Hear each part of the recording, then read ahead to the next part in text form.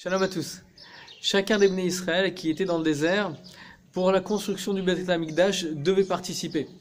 Comme on a dit, en fait, pour l'or, l'argent et le cuivre, chacun donnait en fonction de la volonté de son cœur et de la générosité de son cœur.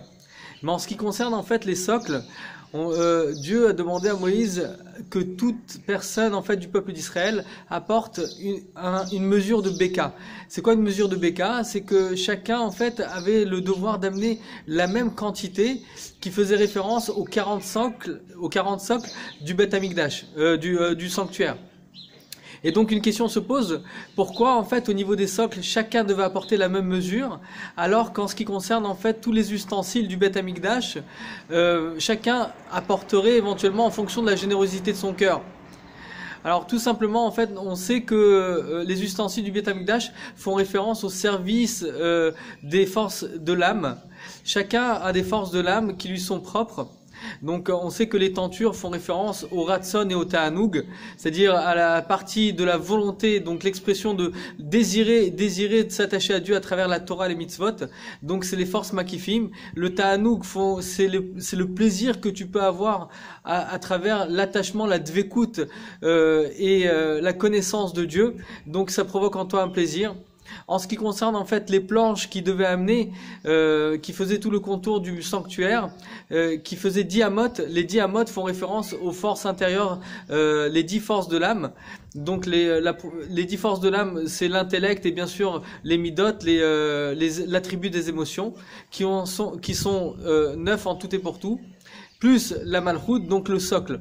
Le socle, c'est la malchoute en fait, et donc chacun en fait devait apporter la même mesure.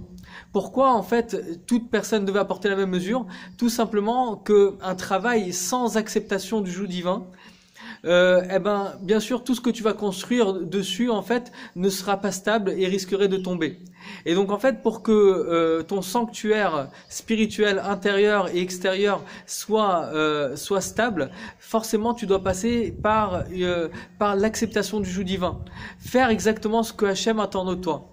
Et on voit que la majeure partie des problèmes en fait dans une vie, c'est qu'on n'accepte pas ce que Dieu fait pour nous.